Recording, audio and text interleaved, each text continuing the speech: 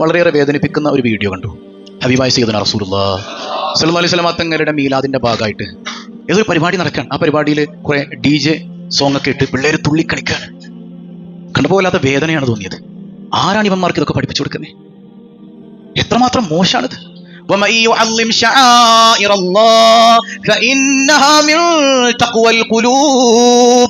അള്ളാന്റെ ചിഹ്നങ്ങളോടുള്ള ആദരവ് അതുണ്ടെങ്കിൽ തഖ്വ ഉണ്ടാകുന്ന ഖുർആൻ. ആ മുത്തുനബിയോടുള്ള ആദരവിന്റെ ഭാഗമായി നമ്മൾ ഭംഗിയായി റാലി നടത്താം, നമുക്ക് മൗലിദ് ചൊല്ലാം, ഭക്ഷണം ദാനം ചെയ്യാം, സ്വതക്കകൾ ചെയ്യാം, മദ്ഹുകൾ പാടാം. പക്ഷേ എന്റെ മുത്തുനബി ഇഷ്ടമില്ലാത്ത സംഗതികൾ അതിന്റെ ഇടയിലേക്ക് കൊണ്ടുവന്നാൽ തഖ്വ ഉണ്ടാവോ കൽബില്? ഇല്ല. മുത്തുനബിയുമായി ബന്ധപ്പെട്ട സംഗതിക്ക് അല്ല പെട്ടെന്ന് ആക്ഷൻ എടുക്കൂട്ടോ. അനാദരവ് എവിടെ സംഭവിച്ചു പോകരുത്. അനാദരവ് എവിടെയും സംഭവിച്ചു പോകരുത്. അത് റാലിയിലാകട്ടെ, മുത്തുനബിയുടെ പേരിലുള്ള പരിപാടികളിൽ ഒന്നിലും തന്നെ അനാദരവിന്റെ ഒരു അംശം പോലും ഉണ്ടാകാൻ പാടില്ല. നമ്മുടെ മഹലിൽ നിന്ന് റാലി നടത്തുമ്പോൾ നമ്മുടെ നടത്തം, നമ്മുടെ യാത്ര, നമ്മുടെ ബൈത്തുകൾ, നമ്മുടെ സംസാരം മലക്കുകൾ നിറയുന്ന സദസ്സാണത്. കാരണം ഈ സദസ്സ് അഷ്റഫുൽ ഖൽഖ് സയ്യിദുനാ റസൂലുള്ളാഹി തങ്ങളുടെ പേരിലാണ്. അതുകൊണ്ട് മലക്കുകളുടെ സാന്നിധ്യം ഉണ്ടാകും. എന്റെ ഹബീബിനെ ആരാണ് അപമാനിക്കുന്നത് എന്ന് നോക്കാൻ അള്ളാന്റെ മലക്കുകൾ അവിടെ ഉണ്ടാവൂലേ? അല്ലേ?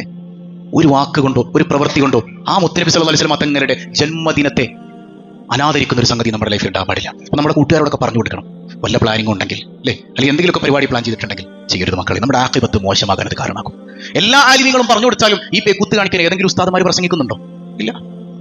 പക്ഷെ ആരൊക്കെ പറഞ്ഞാലും ഞങ്ങൾ ചെയ്യുന്നുള്ള വാശിയാണ് പല മഹലിലും പല ആളുകൾക്കും. പക്ഷെ നിങ്ങൾ സ്വയമായിട്ട് ചെയ്യുന്നതിന് ഒരു പ്രശ്നം ഇവിടെ ഇല്ല. പക്ഷെ മുത്തുനബിയുടെ പേരിലാകുമ്പോൾ ആക്ഷൻ ആരെടുക്കും? മൻ ആദാലി വലിയൻ ഫഖദ് ആദൻതുഹു ബിൽ ഹർബ്. എന്റെ വലിയനെ, ആ വലിയാക്കളുടെ ഏറ്റവും വലിയ നേതാവായ മുഹമ്മദുർ റസൂലുള്ളാഹ്, എന്റെ വലിയനെ വേദനിപ്പിച്ചാൽ ഞാൻ യുദ്ധം ചെയ്യുമെന്ന് അള്ളാഹ് പറഞ്ഞതായി പരിശുദ്ധ റസൂലുള്ളാഹ് സ്വഹീഹുൽ ബുഖാരി, ഇമാം ബുഖാരി ഉദ്ധരിക്കുന്ന ഹദീസാണ്. അപ്പൊ അതുകൊണ്ട് മുത്തുനബിക്ക് വേദന ഉണ്ടാകുന്ന ഒരു സംഗതിയിൽ ഉണ്ടാകാൻ പാടില്ല. ഹബീബ് നമ്മളെ കാണുകയാണ്. പ്രത്യേകിച്ച് ഇത്തവണത്തെ നബിദിനം വെള്ളിയാഴ്ചയാണ്. എന്റെ മേൽ ചൊല്ലുന്ന സ്വലാത്തുകൾ ഞാൻ ഇങ്ങനെ കാണും. മുത്തുനബി സന്തോഷിക്കണം. നമ്മൾ സ്വലാത്തും ചൊല്ലി ഇങ്ങനെ നടന്നു പോകുന്നത്, അച്ചടക്കത്തോടെ നടന്നു പോകുന്നത് കണ്ട് ആര് സന്തോഷിക്കണം? സയ്യിദുനാ റസൂലുള്ളാഹ്. അതിന്റെ ഇടയിൽ മുത്തുനബിക്ക് വേദന ഉണ്ടാകുന്ന ഒരു സംഗതിയും അവിടെ ഉണ്ടാകാൻ പാടില്ല. അള്ളാഹ് ആക്ഷൻ എടുക്കും. അങ്ങനെയല്ലേ? നമ്മുടെ കുട്ടികളെ ഒരാൾ വേദനിപ്പിച്ചു കഴിഞ്ഞാൽ പെട്ടെന്ന് പ്രയാസം തോന്നുന്ന ആർക്കായിരിക്കും? അള്ളാന്റെ ഹബീബാണ് സയ്യിദുനാ റസൂലുള്ളാഹ്. അതുകൊണ്ട് അനാദരവ് ഉണ്ടാകാൻ പാടില്ല.